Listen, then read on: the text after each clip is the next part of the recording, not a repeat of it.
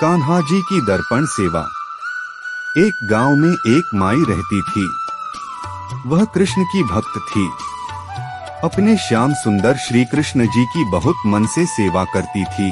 वह सुबह उठकर अपने कान्हा जी को अत्यंत दुलार और मनुहार से उठाती थी और उनका स्नान श्रृंगार करने के बाद उनको दर्पण दिखाती थी। इसके बाद भोग लगाती थी। एक बार माई को 1 महीने के लिए लंबी यात्रा पर जाना पड़ा।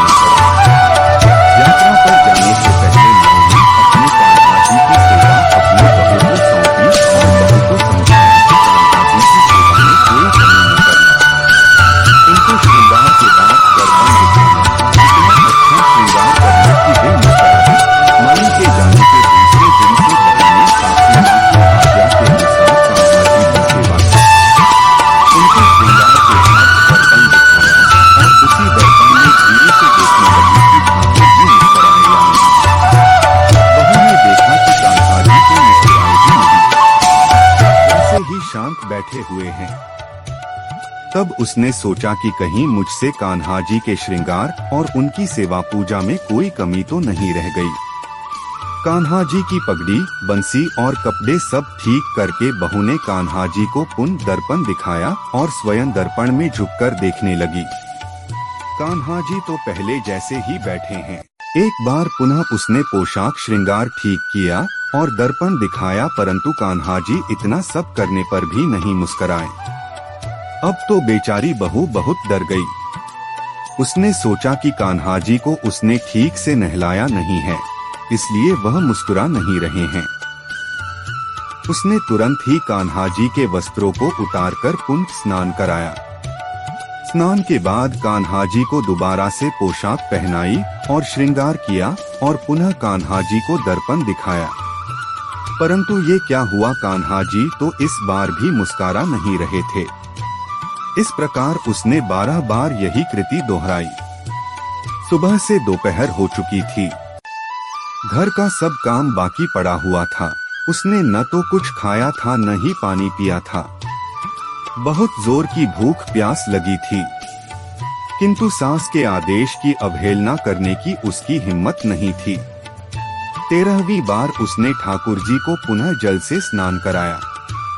इधर कान्हा जी सुबह से सर्दी के मौसम में बार बार स्नान करके तंग हो चुके थे। उन्हें भी जोर की भूख प्यास लगी थी। इस बार फिर से वे वस्त्र आभूषण पहन रहे थे, किंतु मन में सोच रहे थे कि अब मैं क्या करूं। बहू ने कान्हा जी का श्रृंगार होने के बाद उन्हें आसन पर विराजमान किया। उसने कान्हा जी को दर्पण दिखाने के लिए उठाया। इस बार कान्हा जी ने मुस्कुराने का निश्चय कर लिया था। जैसे ही उसने दर्पण दिखाया और झुककर निकट से देखने की चेष्टा की, तब श्याम सुंदर जी मुस्कुरा रहे थे। उन त्रिभुवंती की मोहक हंसी को देखकर बहू विस्मित हो गई। अब तो वह सारे संसार को भूल चुकी थी।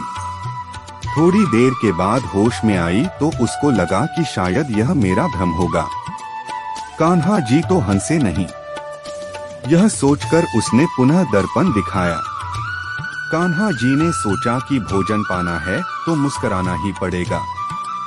वे पुनः मंद मंद मुस्कुराने लगे। ऐसी हंसी बहू ने पहले नहीं देखी थी। कान्हा जी का वह मंद हास्य उसके हृदय में बस गया था। उस छवि को देखने का उसका बार बार मन हुआ। उसने एक बार पुनः दर्पण दिखाया और कान्हा जी को मुस्कुराना पड़ा। अब तो वह आनंद से फूली न समाई। उसने बहुत प्रेम से कान्हा जी को भोग लगाया और आरती की। दिन की शेष सेवाएं भी की और रात्रि को शयन कराया। अगले दिन पुनः उसने पहली दिन के जैसे ही ठाकुर जी को स्नान कराया और वस्त्राभूषणों को पहनाकर सुंदर श्रृंगार करके आसन पर विराजमान किया और दर्पण दिखाया। ठाकुर जी को कल की घटनाओं और भूख का स्मरण हो आया। ठंडे जल से 13 बार के स्नान को स्मरण करके कान्हा जी ने मुस्कुराने में ही अपनी भलाई समझी।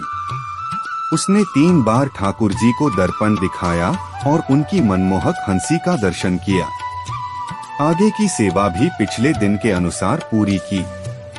अब तो कान्हा जी प्रतिदिन दर्पण देखते ही मुस्कुरा देते।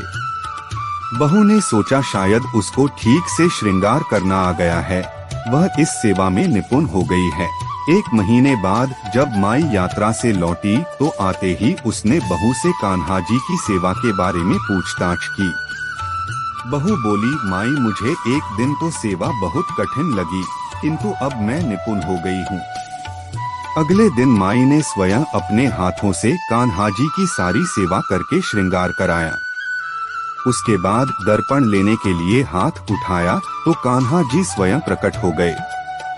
उन्होंने माई का हाथ पकड़ लिया और बोले, माई मैं तेरी सेवा से प्रसन्न तो हूँ, पर तू दर्पण दिखाने की सेवा तो मैं तेरी बहुरानी से ही करवाऊंगा, तू तो रहने दे। माई बोली, लाला क्या मुझसे कोई भूल हुई? कान्हा जी ने कहा, नहीं माई, तुमसे भूल नहीं हुई, परंतु मेरा मुस्कुराने का मन तो केवल तेरी बहुरानी के हाथ से दर्पण देखकर ही करता है। अब यह सेवा तू उसी को करने दे। माई ने बहुरानी को आवाज लगाई और उससे सारी बात पूछी। बहू ने बड़े सहज भाव से बता दिया, हाँ, कान्हा प्रतिदिन ऐसे मुस्कुराते हैं। केवल पहले दिन उन्हें समय लगा था। माई बहुरानी की श्रद्धा, उसकी लगन से और ठाकुर जी के दर्शन से अति प्रसन्न हो गई। उसे पता चल गया कि उसकी बहू ने अपने प्रेम से कान्हा जी को पा लिया है। अब तो वह अपनी बहुरानी को कान्हा जी की सेवा सौंपकर निश्चिंत हो गई। तो ये था आज का वीडियो। ये वीडियो आपको कैसा लगा? अगर अच्छा लगा हो तो हमारे चैनल को सब्सक्राइब कर दें। अब मिलते हैं एक और नए वीडियो के साथ, तब तक के लिए नमस्कार।